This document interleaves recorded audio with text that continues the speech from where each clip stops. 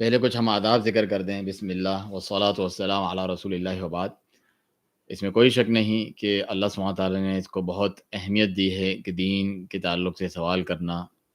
اور اس کی چاہت رکھنا، جیسا کہ رسول اللہ صلی اللہ علیہ وسلم نے تعریف کی انصار کی خواتین کی کہ وہ کتنی اچھی اور خوب ہیں کہ شرم و حیا ان کو دین کے مسائل سیکھنے سے نہیں روکتی۔ اور اللہ سبحانہ تعالیٰ قرآن مجید میں جا بجا فرماتا ہے کہ یستفتونک، آپ سے فتویٰ پوچھتے ہیں، یا یسألونک، آپ کے سے کوئی مسئلہ وہ پوچھتے ہیں، پھر اللہ سبحانہ تعالیٰ اپنی وحی کے ذریعے سے، کتاب و سنت کے ذریعے سے اس کا جواب عنایت فرماتا ہے۔ اور رسول اللہ صلی اللہ علیہ وسلم خود بھی اور جبرائیل علیہ السلام کے ذریعے بھی، جس طرح آپ حدیث جبرائیل سنتے ہیں، سوال و جواب کے انداز میں جب بات سمجھائی جاتی ہے تو زیادہ اچھے طریقے سے سمجھ میں آتی ہیں کہ وہ آئے اور آپ سے جو ہے اسلام، ایمان، احسان کے متعلق پوچھا، قیامت کے علامات کے متعلق، آخر میں کہا کہ یہ جبرائیل علیہ السلام تھے، تمہیں تمہارا دین سکھانے آئے تھے۔ صحابہ کرام رضی اللہ عنہم انتظار میں رہتے کہ کوئی بدوی گاؤں والا آئے۔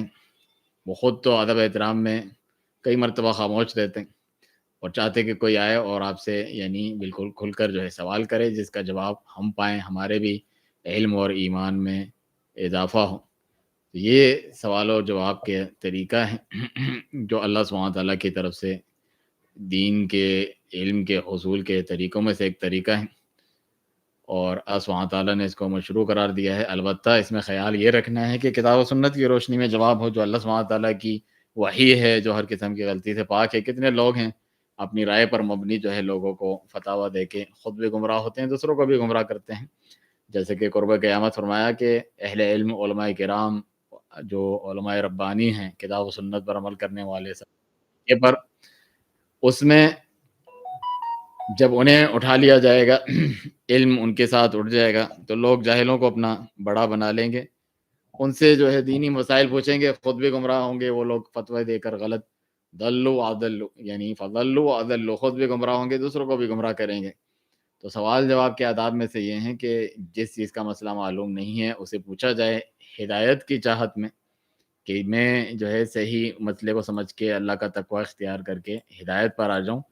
اس لیے نہیں کہ بحث و مباحثہ اور مجادلے کے لیے بعض لوگ سوال کرتے ہیں پھر اس کے بعد واپس سے ایک بحث نہیں چھیڑ کر،